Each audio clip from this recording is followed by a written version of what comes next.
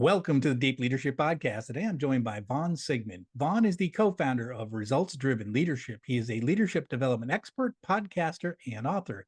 He has worked with hundreds of businesses, helping them deploy his programs and advice.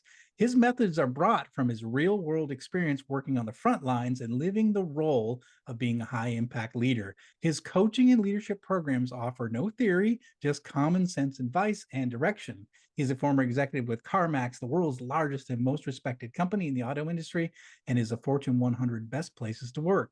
Vaughn's mission is to improve the impact of executives and other managers by increasing their knowledge, skills, and abilities. And I am excited to have him on the show to learn from all his experience in leadership and leadership development. So Vaughn, welcome to the show. Thank you for having me today, John. It is an honor to meet you, sir. And it was funny when I was looking through your material, I was like, I got to have this guy on because your motto, and I want to start with this, your motto is no matter what business you're in the people business. And if those as listen to the show for a long time, you know, I talk about leadership as a people business. So I got to start with that. Why is that your motto and how have you developed that perspective? So I'll tell the story very briefly. Very early in my career, I was in a position I had no business being in, but I got put in it. I was fortunate enough, somebody saw something in me, promoted me into a position of leadership. And very early, I had a mentor, a boss, Ted Boswell, who I'll never forget. You know how you have these moments in time that there's just this snapshot of a memory that you'll just remain. I remember the where I was standing, I almost remember what I was wearing, but Ted said to me, he was looking at my store I was running, and he said, always remember, Vaughn, those people are going to make you successful. No matter what business you're in the people business. And that struck me. And fortunately, I got that advice early.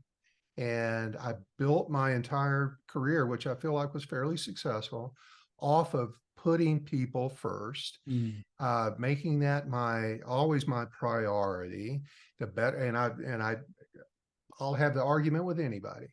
If you got great people surrounding you, you're investing in those people, you have a people first mindset, everything else becomes easier.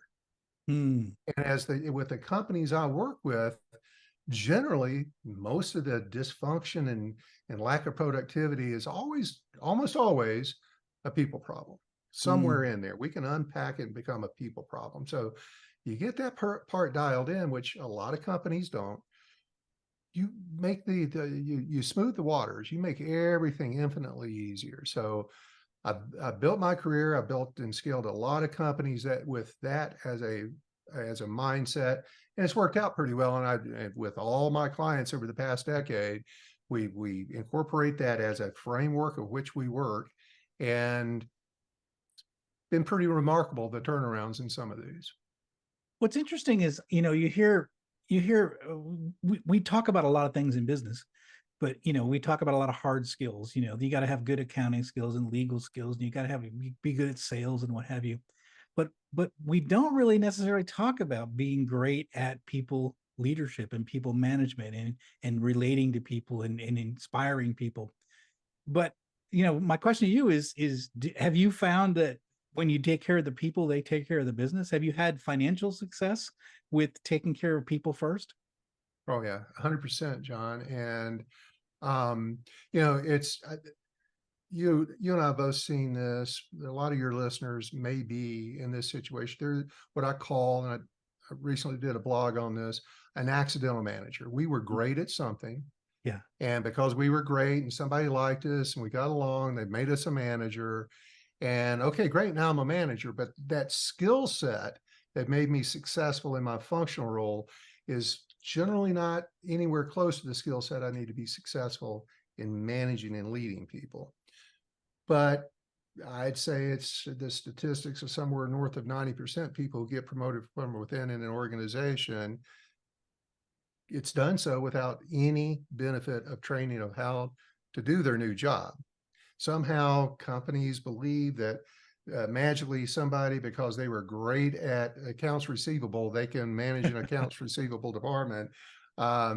And sometimes that works. There's about 3% of the population has the natural born skills to figure it out. Most of us have to learn, including myself. And they just need the conduit of which to get better, but they're blocked from that because they're not provided. That's the reason why people listen to your podcast. It's the reason why people read your books. It's the reason why there's a whole industry around how do I learn to be a leader. But even in that case, there's a very small percentage of people who are trying to get better at their job because there's a level of oblivion that I don't know what I don't know, and it can't be me. It's got to be these people I surrounded myself with. And Yeah. you know what? You're right. You're Right. absolutely right.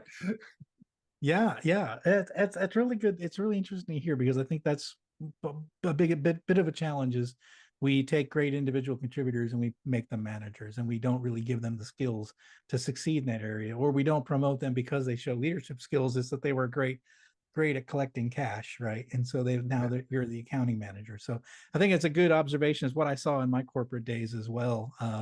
So one of the things I was going to talk to you about was a little bit about what's happening in the organizations today. One of the things you say, and I see it as well, that there's somewhere in the neighborhood of 70% of people that are looking for a job. So they're working in companies, but they're actively looking for another job.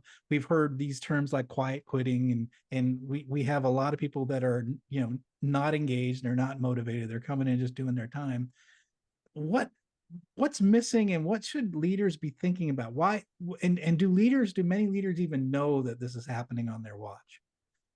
I'm going to answer that last question first. No, I Yeah. believe if they knew it, they'd be doing something about it. Mhm. I don't believe, well, first of all, 70% are looking for a job because if 50% of that 70% say because I'm being poorly led. Mhm. There's there's ineffective leadership or management that's in charge of me, and I don't like my job. Mhm. However, I don't believe for a minute those managers get up in the morning and say, I'm going to go be the worst boss possible today. I'm just going to make sure Mhm. nobody likes me during the course of the day. They want to go do a good job. They desire to be highly effective and have a high impact on not only their company, but their careers and the people who are working for them. But they, again, I said it earlier, they don't know what they don't know. But I believe if there was a better method of internally promoting and developing emerging leadership within organizations, if more organizations understood that there's a roadmap to success, if more organizations, companies realize that there's a people aspect that's creating a huge cost. It's $400 billion a year plus that turnover cost corporations. If they were able to put that in dollars and cents and say, wow, if I could invest some number of dollars into making sure my people were prepared to take on this role. And even if they're in the role, what am I doing to enhance, sharpen their saw, get them better, that organizations would see a dramatic change in not only just turnover, but buy-in and engagement and commitment and inspiration. And people would start asking questions and being more innovative, because that's what happens in organizations. And I've worked with one, CarMax, that where you put your people first, you invest in your leadership. We were very selective about not only who got placed in a leadership role, but what we did to get them prepared for that. Mhm. I saw the difference. I've got lots of comparisons in my personal life where I've worked at both kinds of companies. CarMax being a Fortune 100 best places to work was a very different experience, and but it goes deep into the DNA of the organization. It starts at the top. There's a discipline and commitment that has to take place that I don't think a lot of organizations, one, don't consider it, and two, they look at it and say, gee, I don't know that I want to do that Mhm. because that's outside of my comfort zone. I don't understand that, much less know how to go create a people first mindset. So it doesn't happen, but it's created this pandemic of quiet quitting, this high turnover, this disengagement, this 2-year tenure that most employees have today versus 4 to 6 in years past. it's this void of giving them what they need to be successful in their jobs. And it's baffling to me. It keeps me in business. Yeah. But I would rather work myself out of a job, frankly, if companies and organizations realize that there's this huge opportunity that takes a very little investment that would provide their leadership, which would in turn provide their team members with the rocket fuel to be much better at what they do. Yeah, absolutely. And again, I've seen it as well in throughout my career, is that when you do figure that out, when you realize that, people are going to be that rocket fuel. It's funny because I found it out the hard way. Like, I got promoted to be in my first manufacturing leadership role. I was a general manager of a manufacturing plant at 32 years old. I was the youngest plant manager in the history of this one factory. And I had never been in a manufacturing role before. I'd been in, I'd been in quality engineering, what have you. But so I really did learn how to rely on my team to get the input, the ideas, and what's working, what's broken, what do we need to do, what do you think we should do.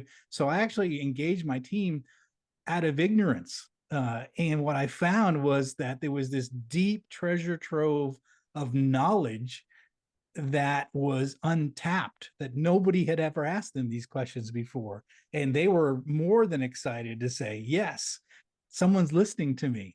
This is what I've been trying to say this for years. And you're like, holy cow, that could double our output on this particular product line, or this could improve our profits. It was remarkable once I unleashed the ideas of people, and we ended up just massively improving our financial performance. And a lot of my peers were like, what did you do? And I was like, literally, I don't know what I did. All I did was I started talking to the people, and it released all this pent up energy that often we never talk to those experienced people. We never engage them, and so they go home with that knowledge in their head every night, and they never share it with the company. And they're busting to share it. They want to be Yeah. heard. That is, in fact, one of the number one causes for disengagement, dissatisfaction in workplaces. Nobody listens to me. My opinion doesn't Yeah. count. Yeah. And however, I think you probably had the confidence, you had the internal ability to be willing to humble yourself enough to ask for input, allow that input to be received and do something with it. There's a vast majority of the population that is afraid of doing that. And so it takes I think you are a special person based on all your great accomplishments. But I think if someone realized that, okay, I've got to do that, but I fear Yeah. that this bad thing is going to happen if I start taking advice. It's going to make me look weak. It's going to make Yeah. me look Yeah. dumb. And it's none of that. It's going to make you Yeah. loved. It's what it's going to do. Yeah. But this collaboration it's such a brilliant part of leadership. A lot of people avoid it because it takes too much time. Yeah. I don't have time to ask all these questions. I know what to do. I'm just going to tell people what to do.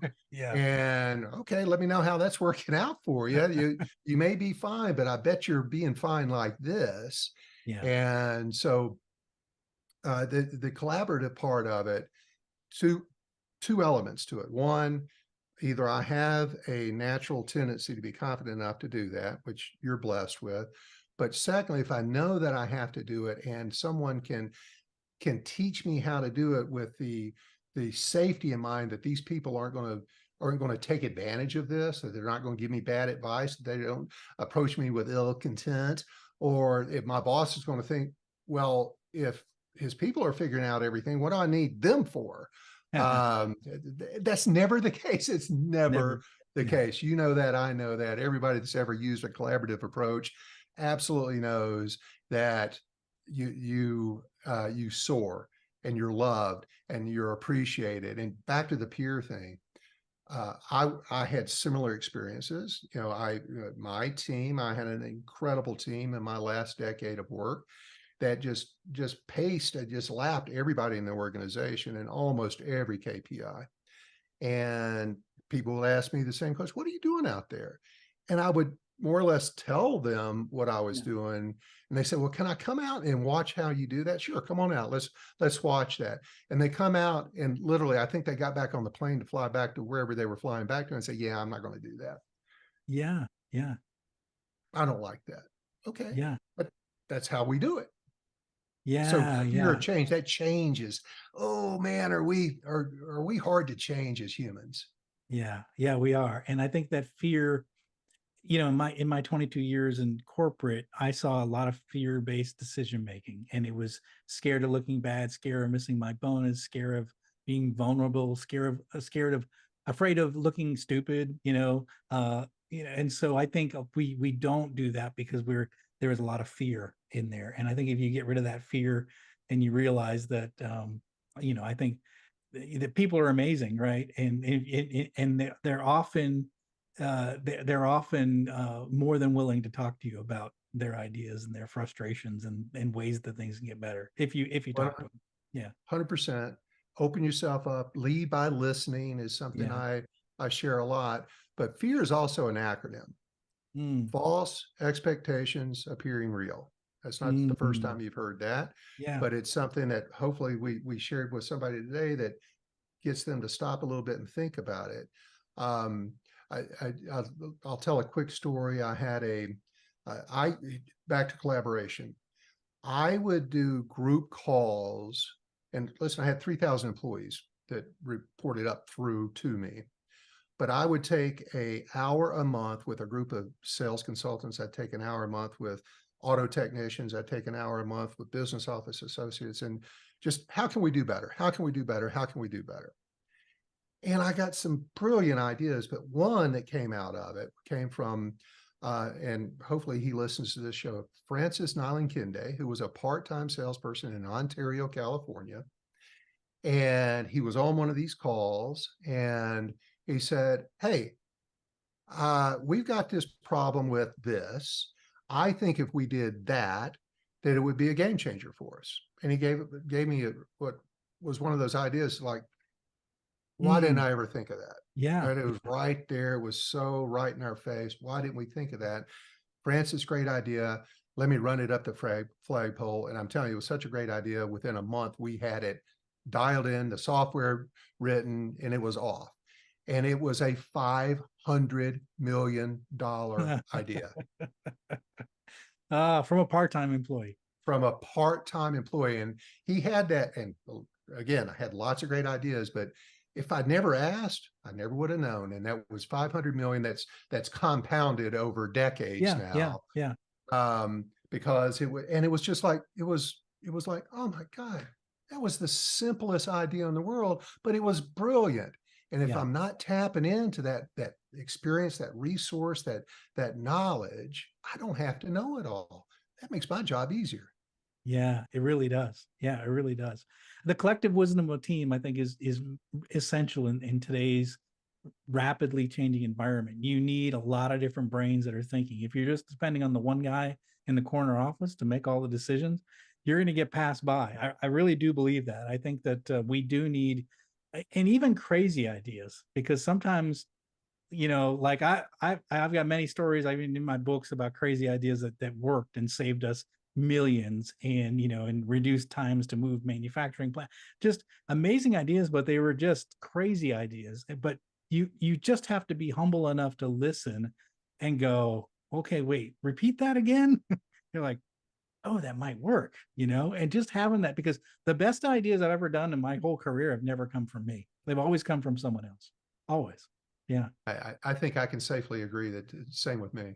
Yeah. Yeah. But the Yeah. leader's job is to have that radar out and just say, oh, shoot, that one's big. And being able to say, let's, like you said, run it up the flagpole, let's implement it. And then, of course, the people get excited when you implement my idea. Like, yeah, we listen, we care, Yeah. Yeah. Which creates buy-in, and there's more ideas and Right. enthusiasm. Exactly. Exactly. Yeah. There's the rocket fuel. Yeah, exactly. One of the things that you and I share, another common view is, in fact, I was presenting at NC State this morning, a leadership a session. One of the things I was talking about was annual reviews. And you say that annual reviews are a waste of time, should be killed. And you and I share that idea. I don't believe in them. But what should leaders be doing instead? How should we be doing reviews with our employees? Brief preamble. Gallup did this poll last year, 3 million employees, around feedback, performance feedback. 92% of these 3 million employees said, I want feedback, and I want developmental feedback. I want negative feedback, for want of a better word. I want to know what I'm doing wrong. When they surveyed the managers of these same employees and they asked the managers, how often are you giving feedback? And they said, oh, all the time. We give great feedback. Same surveys, same employees.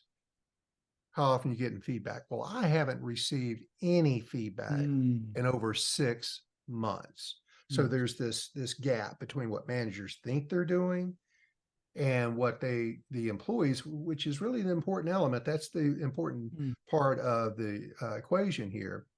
There's this big gap. Managers think they're giving feedback, employees don't. It's about frequency. Every 7 days, they need some kind of feedback, every 7 days. And so that has to become part of your management style, your leadership style. I call it manage by walking around. But at the very least, I'm a huge proponent of 30-day reviews, 30-day reviews. And boy, I'd introduce that to a CEO of the company. They look at me like I've grown an extra head. It's like 30 days. We don't have time for all. Well, you're comparing that to annual reviews, which are a gigantic pain in the butt. It takes all this preparation. I've got to fill out all these forms. If you do a 30-day review properly, it's a 30-minute conversation. It's just a formalized, let's sit down. How are you doing? What do you think you're doing well? What do you think you need to work on? What do I need to do to help support you? Here's some goals for the next 30 days. How do you want to go achieve those? Have them give you some action plans, how they're going to achieve that. 30 minutes, you're in and out, and they've gotten their feedback. You are maintaining a level of understanding and control over what's happening. You know what everybody's aiming towards. Now I know what's happening in everybody's mind because they shared it with me. It is an amazing process that very few companies deploy. So it should be at least once a week, formal every 30 days, and you never have to do another annual review. Yeah, absolutely. I think it's really good. I mean, feedback should be timely. And I think the annual review process has got to the point where it's just a bureaucratic exercise and nobody really cares. And I never cared. I never cared throughout my entire corporate, like, oh, it's annual review time. And even my bosses knew it was sort of like a wink and a like, here's a review, it's done. Okay, thanks. Well, we cared about one thing. What's that? What's the raise? Yeah, that's it. Exactly. And that's about it. But yeah, so I'm glad to hear that. I do think that's really good. 7 days feedback, 30-day reviews, do that. It's much more timely. It's much more and again, it's if there's issues that have to be corrected, they're gonna get addressed early instead of waiting for this annual process. So absolutely, I love that idea. You had some other things that I was just interested about. People are people. I say often say that people are messy but they're also amazing. And being a leader means you got to deal with both of them. So what's some advice for dealing with the difficult people? And even if it might even be your boss. So have you got any insight on that with all your experience dealing with difficult individuals? One of my favorite topics, John, and one that we could go on about for a long time. First thing, if you're dealing with a difficult person, they're not going to fix themselves. That challenge is never going to go away on its own. So you have to deal with it. Now, there's an efficient way and there's an effective way of going about correcting it, right? The efficient way is bring them in, tell them what they're doing wrong, not going to accept it again, send them out. And the likelihood of that having any long-term positive consequences is pretty low.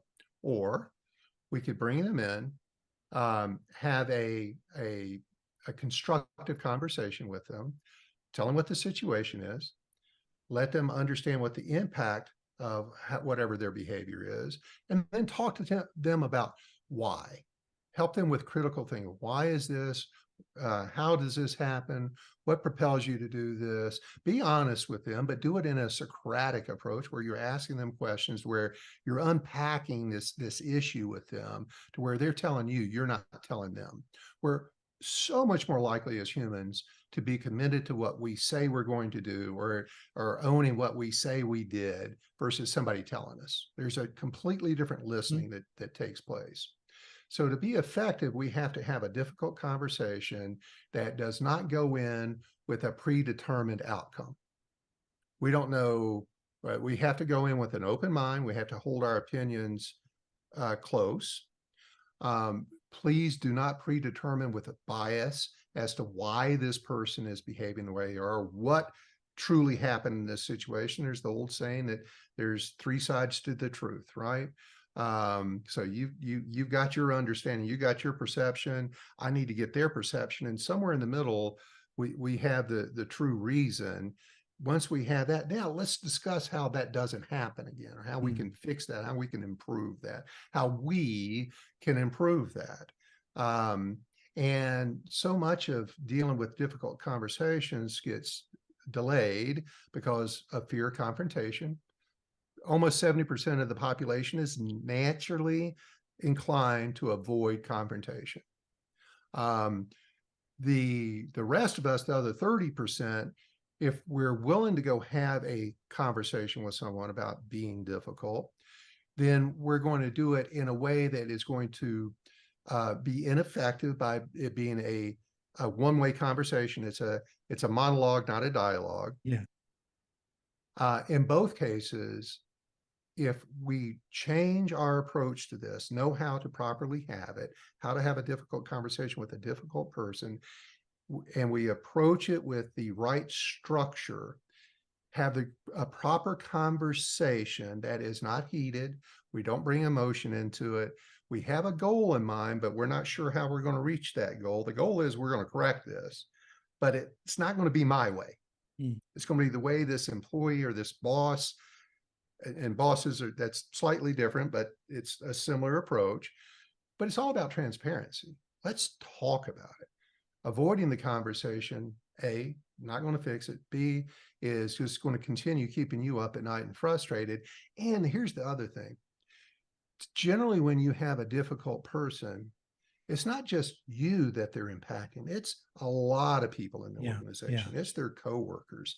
And so it's not just you that needs to deal with this. Your team needs you to deal with it. Believe me, they're watching you, wondering, when in the heck is this person going to do? When is my boss going to deal with this? And the longer you wait, there's a horrible byproduct, is their respect for you is eroding. And generally we wait until something festers to the point where we just can't take it anymore, and then we deal with it, where we may have had the opportunity to fix this early on, have a much better outcome. Nobody has a benefit from somebody losing their job. There's no benefit to hiring somebody and them losing their job. The company doesn't benefit, the employee doesn't benefit. We only benefit if an employee is successful.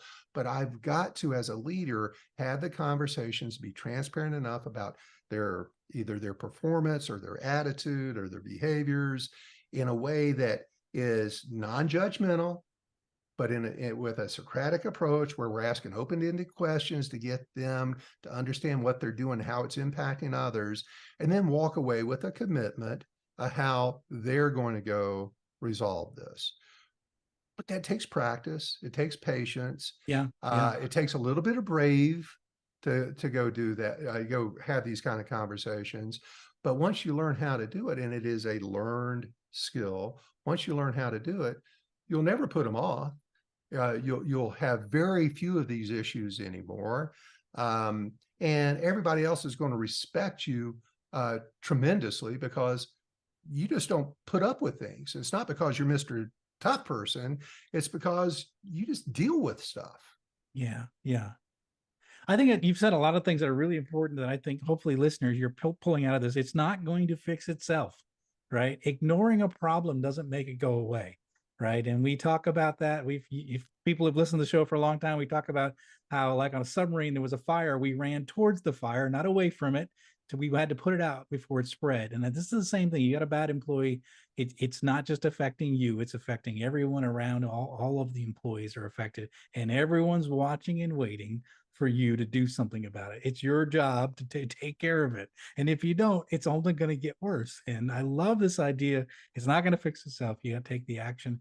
I love it. Such great, yeah, it's a great tool, listeners. Just what Vaughn went through. Great way to deal with those problematic and challenging employees. And again, if you do it and do it right, you can turn some of those worst employees into some of your best employees if you can do it right. And again, that's a win for you if you can do that. Yeah, 100%. absolutely. So, what final message would you like to leave with our listeners? Well, we talked about it early in the conversation. If you want to be super successful in your management leadership career, get really good at the people part of it. Study it, get coaching, get training, invest in yourself to be better at the people aspect of the business.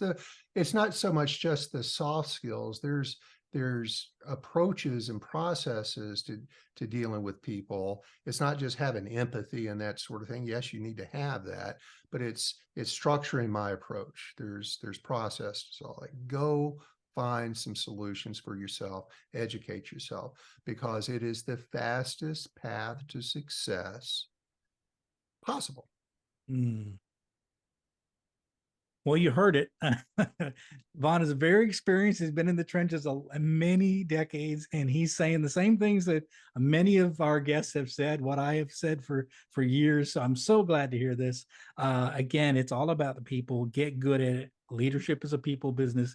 Get really good at it, and you're going to find you're going to turn around your performance much faster.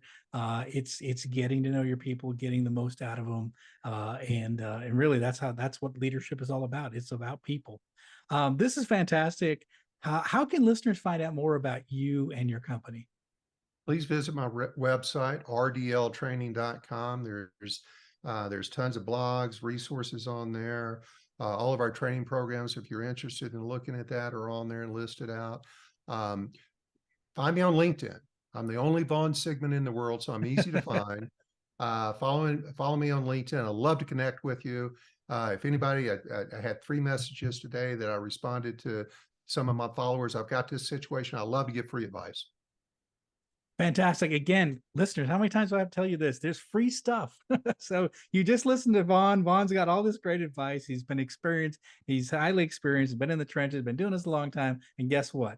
He's got a website with a lot of free information on it. And he says, connect with me on LinkedIn and ask me a question. I'll give you free advice. I mean, come on. What more can you ask for? The show is free. The advice is free. All you have to do is reach out and you're going to get this information. You're going to get to be better at being a leader. And so we'll go ahead and put links in the show notes for Vaughn's website and for his LinkedIn profile. But again, connect with Vaughn, learn from the success he's had, and find out how you can be better as a leader and in your leadership journey. So yeah, take advantage of these free resources. It's really important that you do that. Vaughn, I want to thank you for coming on the show. Thanks for sharing your experience, your thoughts, your, again, practical advice, because I think this is exactly what we need to build a world with better bosses. So thanks for coming on the show and sharing your experience. Thank you, John. And thank you for all that you do between your books and this podcast. You're an amazing resource yourself. Thanks for all you do. Oh, thank you. I appreciate that. Well, that's it for today. Thank you for listening to Deep Leadership. If you like this podcast, please subscribe and share so we can continue to build a world with better bosses. Until next time, this is John Rennie saying take care and lead well.